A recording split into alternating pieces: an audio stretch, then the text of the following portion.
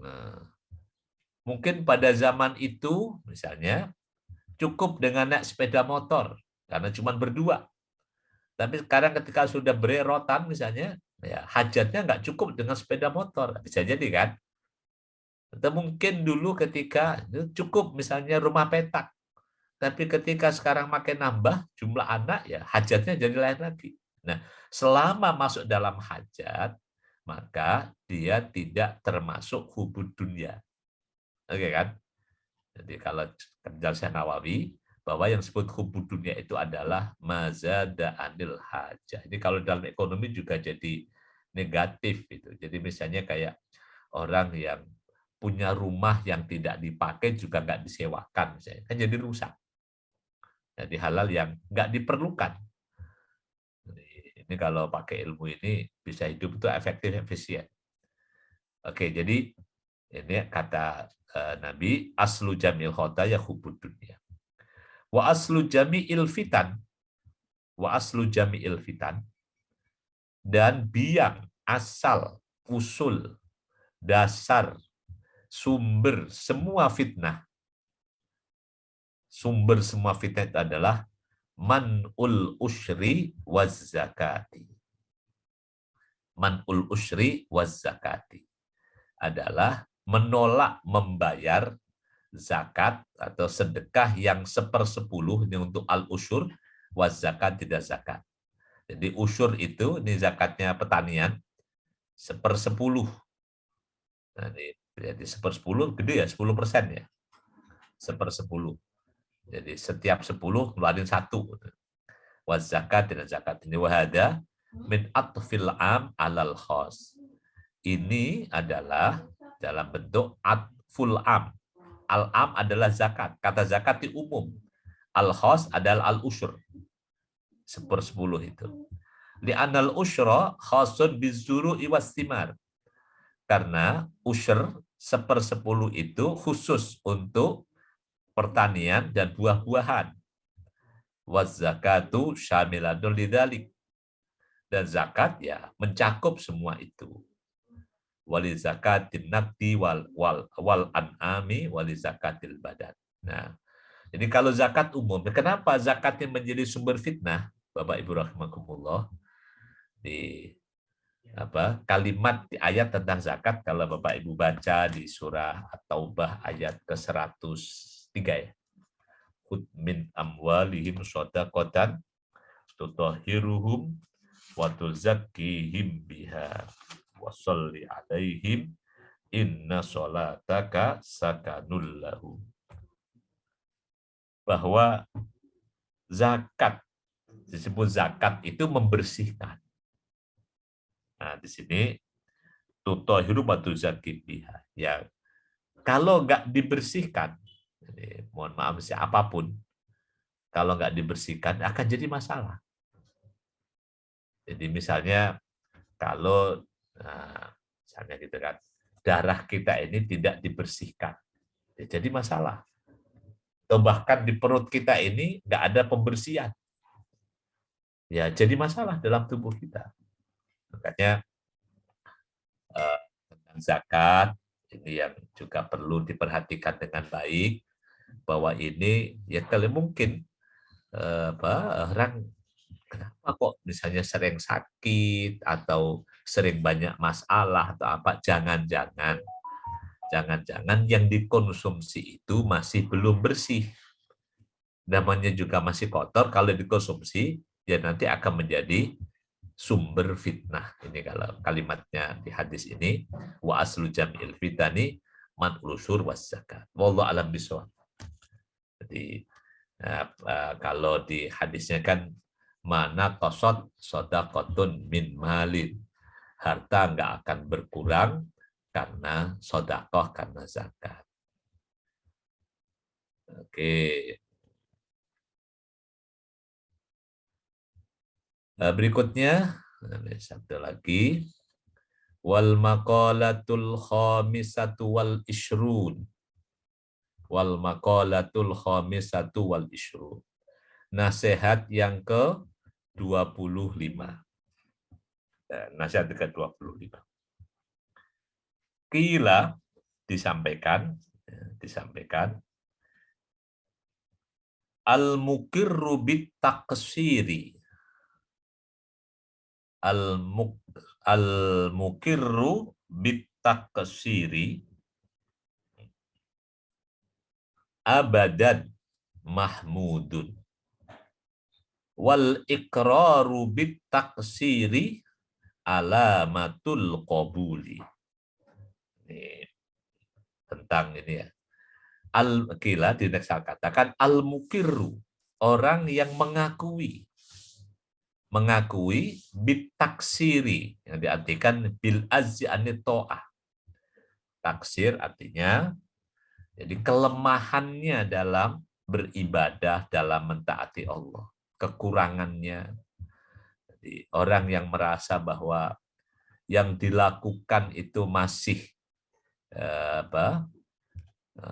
belum maksimal, masih belum cukup dari yang seharusnya, masih jauh dari yang seharusnya. Jadi al-iqraru al-mukru bitaksir, orang yang mengakui kelemahan dirinya, abadan mahmudun, selamanya akan terpuji. Ini Bapak Ibu rahimakumullah, kalau di kaizennya Jepang ya.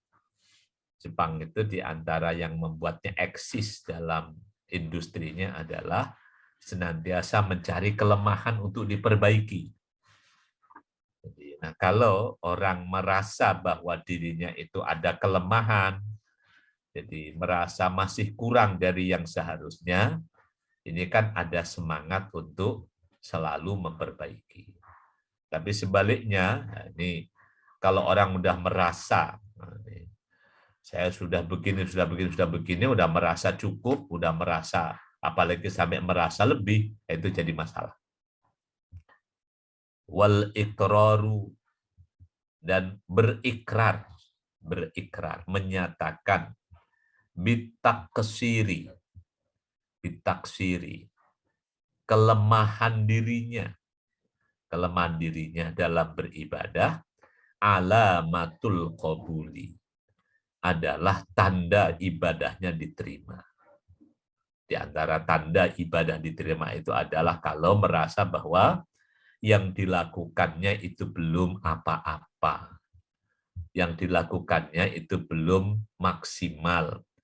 Apalagi makanya salah satu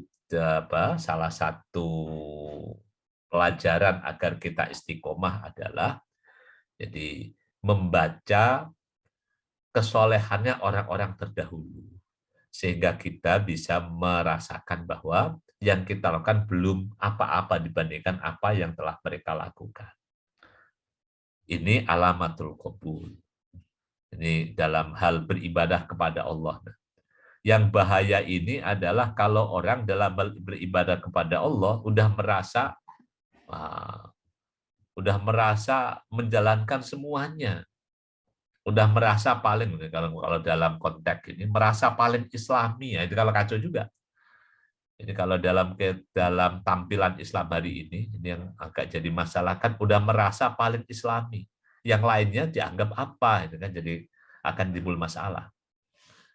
Jadi misalnya kalau orang bikin warung Padang ditulis warung Padang halal, nah, memang yang lain dianggap nggak halal kan, jadinya begitu kan nanti. Nah, ini yang juga perlu kita koreksi dalam hal kepatuhan kepada Allah. Ini ya, yang bagus adalah merasa masih belum bisa maksimal, masih jauh dari harapan. Masih dalam hal berislam, ya masih jauh dari standar, sampai yang orang menyebut dengan Islam yang sempurna, itu menyempurnakan Islam atau apa, ya jauh banget lah kalau sampai ke sana. Karena di zaman Nabi saja orang yang pengen menyempurnakan Islam sampai seperti Islamnya Nabi pun juga nggak ada yang sanggup, gitu kan.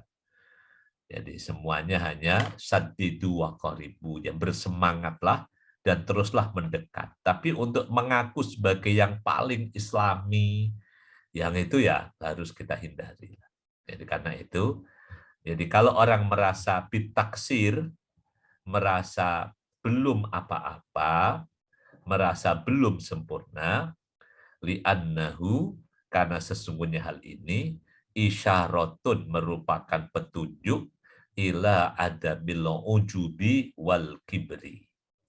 Jadi merasa belum apa-apa, merasa kurang itu adalah tanda bahwa orang itu tidak ujub, tidak membanggakan diri, apalagi wal kibri, tidak juga sombong, nggak takabur, apalagi mengecilkan orang lain. Makanya yang ya apa, perlu kita murojaah sendirilah. Jadi kalau sudah sampai sudah merasa paling, kalau itu kebaikan dalam urusan beragama kepada Allah, ya harusnya kita koreksi lah. Jadi karena merasa paling dalam beribadah kepada Allah ini bisa mencelakakan.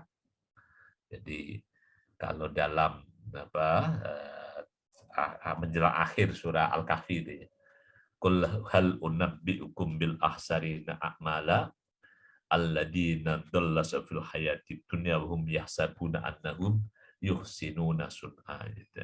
Apa kalau orang dulu menyebutnya gurur ya, kalau bab akhlak ya.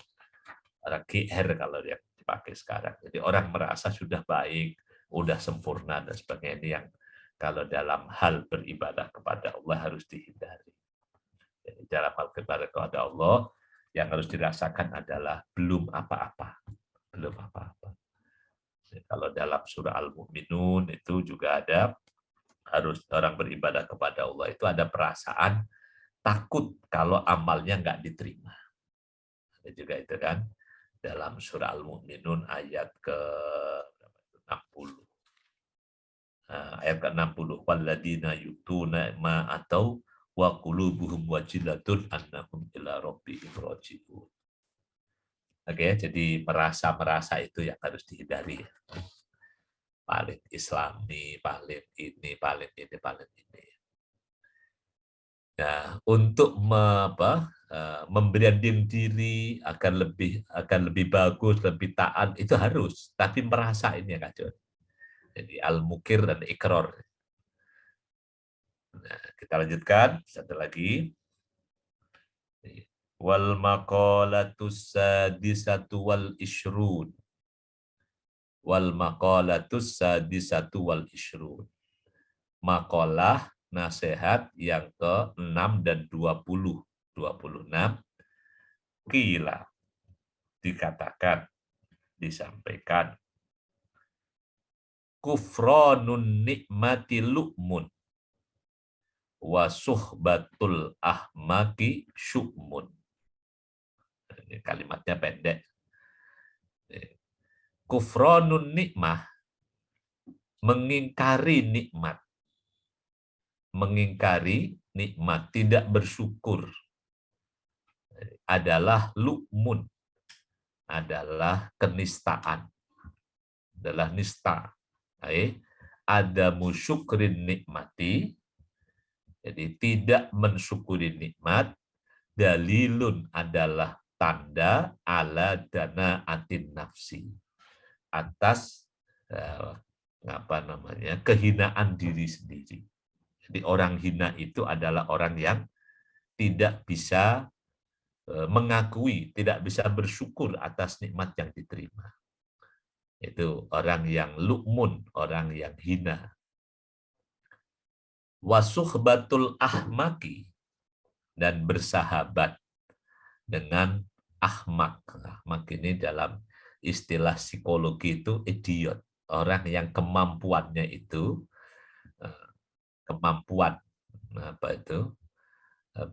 keilmuan itu nggak sampai 4 tahun.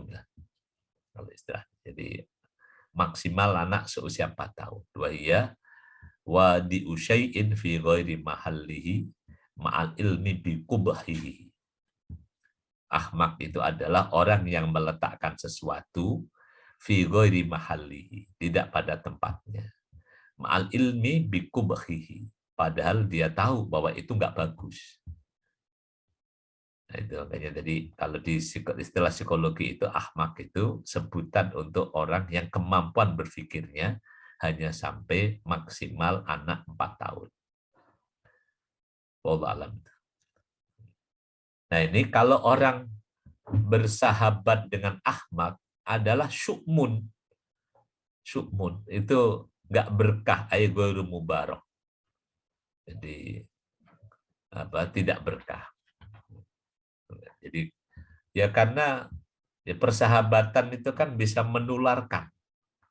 Jadi orang rajin bersahabat dengan orang pemalas. Jadi, kalau kaedah dalam penularan, yang nular itu yang negatif. Kalau positif itu nggak bisa ditularkan. Jadi kalau kalau positif harus diteladani. Jadi kalau ilmu kesehatan, jadi kalau ada orang sehat, kumpul sama orang pilek, maka kemungkinan yang terjadi adalah yang sehat kena pilek. Tapi kan ya nggak mungkin juga misalnya orang pilek, lagi pilek, kumpul sama yang sehat deh, biar ketularan sehat. Ya nggak bisa, kalau sehat harus diusahakan. Jadi kebaikan itu diusahakan, tapi keburukan tanpa diusahakan itu bisa nular, hal negatif. Jadi makanya tentang persahabatan. Nah, kalau dalam persahabatan itu orang yang dicari adalah kebaikannya, jadi kenapa orang bersahabat? Karena dia ingin belajar dari kebaikan orang itu, karena kebaikan orang itu kan harus dicontoh tadi, diteladani. Sedangkan keburukan harus dihindari. Nah, sehingga kan orang itu nggak ada yang baik semuanya, sebagaimana nggak ada yang buruk semuanya. Nah, sehingga orang bisa objektif persahabatan. Yang apa? Nah, ini yang diingatkan kalau Ahmad ini akan jadi malapetaka, jadi syukmun karena negara mubarak tak diberkahi. Kamarwat Tabrani an Bashir. Atau beribaratkan dari Bashir Rasulullah SAW. Rasulullah bersabda, isrimil ahmaqa. Ini bacaannya bikasril hamzati warra'i. Bacaannya isrim, hamzahnya di kasroh, warra'i dan roknya di kasroh. Isrim al-ahmaq. Ai iqta' wuddahu. Jadi artinya jadi putuslah mawaddah dengannya. Wal makna artinya la tusahibhu. Jangan bersahabat dengannya. Likubhi halati. Karena keburukan. Jadi karena buruk keadaannya. Wali anna tiba'a, dan karena tabiat manusia, kita artikan gampang aja, tiba itu tabiat, watak manusia itu sarrokoh, itu suka mencuri-curi tadi. Keburukan itu tahu nular. Gitu. Nah, wakot yasriku tobu'uka minhu. Dan semungkin saja watakmu, tabiatmu akan mencuri dari kebodohan al-ahmak itu. Makanya jadi ketika misalnya ini orang ahmak, ya harus hati-hati ketika bergaul. Warawat Tirmidzi an Ibnu Umar. Ini juga meriwayatkan dari Umar, dari Ibnu Umar radhiyallahu anhu, radhiyallahu anhuma, an-nabiy sallallahu alaihi wasallam qala, Nabi sallallahu sabda, khoslatani, ada dua perkara, man kana fihi, yang jika dua perkara itu ada padanya, kata bahullahu, Allah mencatatnya, syakiron, sabiron, orang yang syukur dan sabar. Wa man lam takuna fihi, dan barang siapa yang dua perkara itu tidak ada padanya, lam yaktubhullahu syakiron wala sabiron. Allah tidak mencatatnya sebagai orang yang syukur juga orang yang sabar. Yang pertama, man nadhara fi dinihi ila man huwa fawqahu faqtada bihi. Man nadhara, barang siapa yang memperhatikan, nadhara menalar, bahasa Indonesianya nalar, mikir. Yang mikir fi dinihi, dalam urusan agama, ila man huwa fawqahu, ilaman kepada orang, huwa yang orang itu, fauqahu di atasnya. Jadi kalau dalam beragama, ngelihat yang lebih bagus. Faqtada bihi. Lalu dia berkudwah, bahasa kita. Berkudwah, meneladani. Jadi kalau urusan agama, cari yang lebih bagus agar bisa jadi teladan. Dan ini yang menjadi doa setiap muslim dalam doa ibadur rahman di akhir surah Al-Furqan. Di antara doa ibadur rahman adalah walladina yaquluna rabbana hablana min azwajina wa dzurriyyatina qurrata a'yun waj'alna lil muttaqina imama. Bahwa jadi setiap ibadur rahman itu bersemangat menjadi teladan kebaikan bagi yang lain. Ini dalam hal beragama, yang beruntung, yang syukur dan sabar itu adalah orang yang melihat yang lebih bagus lalu jadi teladan, bukan jadi berlindung. Kadang ada orang yang dekat-dekat sama orang yang lebih baik, tapi cuma tak sekedar berlindung. Berlindung. Jadi ini teringat dulu zaman masih kuliah dulu ya. Jadi ini cerita wallah alam, untungnya bukan orang sini. Jadi zaman kuliah dulu kan kita ini nggak kos ya, kontrak rumah. Lalu ya sama-sama siswa Libya punya tradisi kalau habis maghrib itu pada tilawah. Ya kadang tilawah masing-masing, tapi semuanya tilawah. Kadang ya bikin halaqah Quran, tilawah gantian. Nggak ada yang ya kita serumah aja. Nah, tiba-tiba ada ini orang yang kenalan dari kedutaan lah. Orang nggak baik.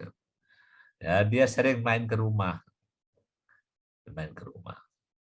Main ke rumah ya dari baik-baik saja, tapi ternyata lama-lama ini main ke rumah dibikin alasan. Alasan untuk hal yang nggak baik dengan keluarganya. Jadi kalau ditanya keluarganya lagi di mana, selalu jawabannya di rumah ini mahasiswa. Ya keluarganya seneng-seneng aja lah, dia untuk berlindung doang. Padahal nggak di situ juga bilangnya di rumah situ. Wallah alam. Jadi ini harusnya jadi Bapak ngelihat berbaul dengan orang baik itu untuk berkudwah. Oke.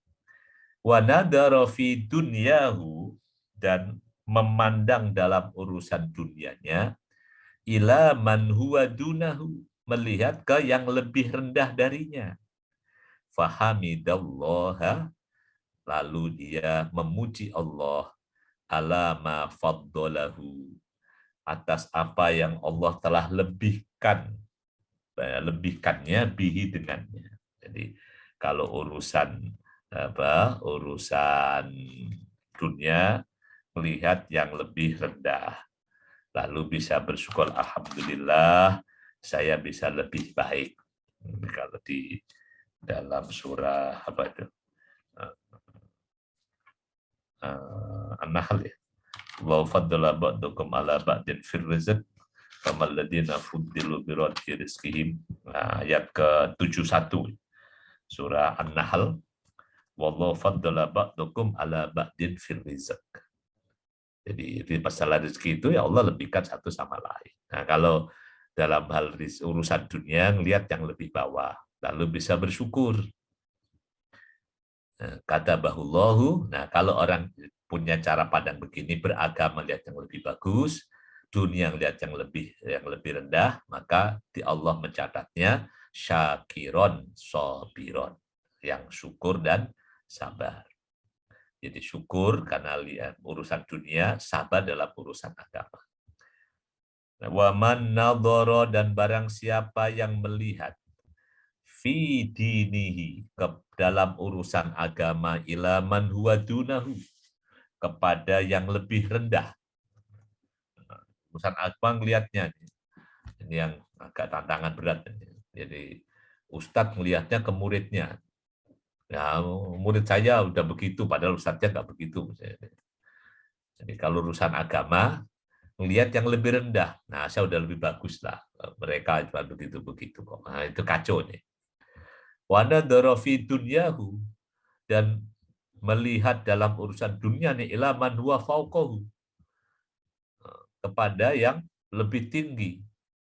Fa'asifa ala ma fatahu, lalu dia menyesal atas apa yang menjadi jarak. Jadi, yang dia tidak kebagian. Oh, dia bisa dapetin saya enggak, lalu nyesel. Jadi ini kebalikannya, dalam urusan dunia merasa sudah lebih bagus.